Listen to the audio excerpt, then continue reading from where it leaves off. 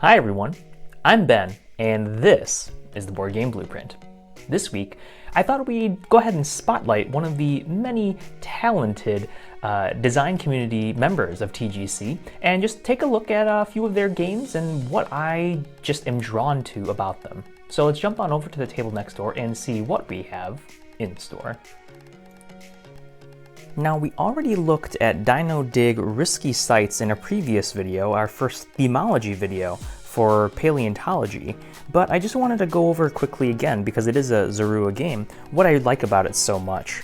In addition to the wonderful artwork that is present on the cards, I think again it is a very accessible game for families and players of all ages, really, that introduces set collection, as well as featuring, kind of maybe some dinosaurs that don't always get the light of day, but also, kind of has some extra thinking, chain reactions, so to speak, on your turns for planning ahead a little bit, as well as, just enough push your luck where things can happen that maybe you'll have to adapt to, and that builds critical thinking and all that kinds of thing.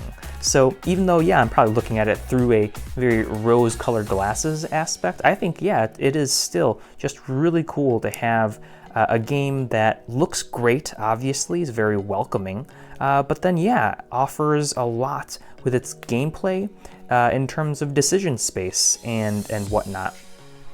Including, I should say, which isn't to leave out as well, the various player powers that you get in the game and a few other aspects too. So thank you, Zerua Games, for this awesome package.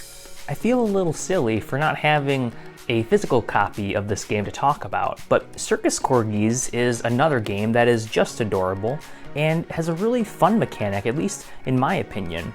So for a while I wasn't super into trick-taking games, which essentially are card-driven play in which you try to win a trick by following suit and then having the highest number. But what I like about Circus Corgis is that it kind of puts that theme to good use in two different ways.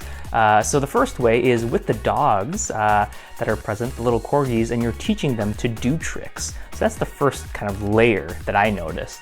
And then the second one too is that you're performing at the circus and doing circus tricks and things. I feel like that has to be part of the theme too, part of that tie-in, and I really just enjoy that so much. The components are really cool. In fact, in the TGC Designer Discussion Facebook group, one of the members recently posted about their acrylic components, which is super cool. Of course, adorably shaped like corgis. And I think, again, this is a game that can hopefully, rope in people to thinking about things in a fun and lighthearted way. So without any direct play experience or rules reading, physically at least, that's about all I feel able to speak on. But you can of course check out their TGC page as we're scrolling through here, and of course on your own for more details. And I think it is also worth mentioning that Zerua is actively using the Game Crafter. I've played a couple of their games, or read through the rules of some of their games that they've entered into contests, and they actually have a crowd sale going on right now for a very prickly pear type of fun. So feel free to check that out. I'll have a link in the description below, and feel free to pledge to that if you find it up your alley. Maybe in a future video we can even ask them about what it was like to run a crowd sale.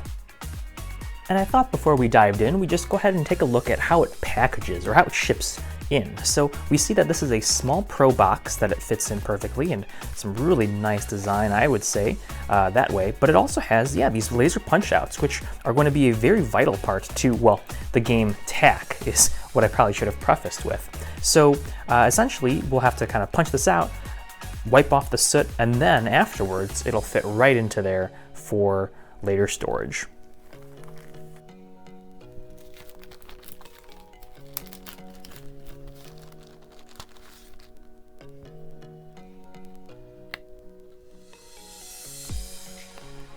And And here we have some awesome work with the nicks to make sure, again, that nothing falls out during the laser cutting process.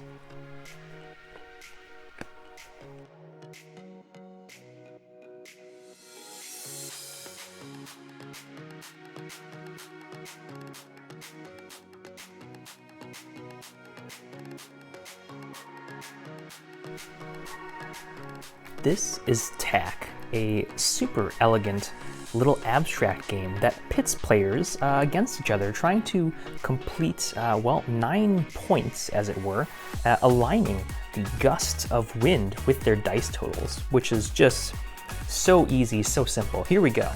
Essentially, players determine who goes first based on a given roll at the start of the game or during setup, and whoever has the lower total will take the first turn, which I believe is actually blue in this case. So blue will choose any one of their dice and place it, I believe, just anywhere they want on this 5x5 grid, with, again, the idea being to total up the exact value of that column.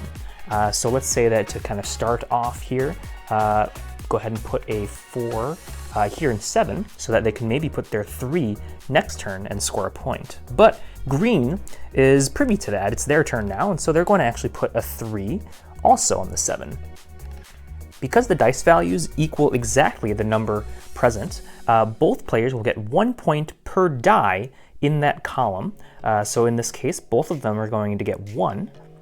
And they're each going to re-roll their dice and place them into their empty spots. So maybe green would not have wanted to do that just yet and give up 2 points to blue, but then they would have more presence on the board. So yeah, it can become a really fun game, especially, well, just trying to math out where you're going to be placing your dice and trying to maybe out-bluff each other and such, which is really fun and really cool. I didn't see anything in the rules necessarily about swapping out these cards, which I think is totally okay too. You have like a set goal each game that you're working towards, and because this game takes maybe 10 minutes, as we already seen, you know, less than 1 minute to get a point each, could definitely make this playable multiple times in a single sitting, which was really cool.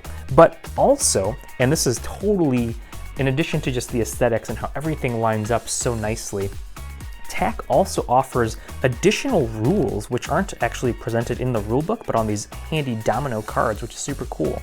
And the idea is that every time you hit a multiple of 3 or so, you're going to reveal a new rule to play with that game. So, for instance, a number 1 die may jump over opponent dice. There are a few movement aspects that I failed to gloss over, but I can just do that really quick with the handy dandy rulebook right here. So you may play a die from your starting position or a die already on the grid. Okay, up, so you can translate, that's great.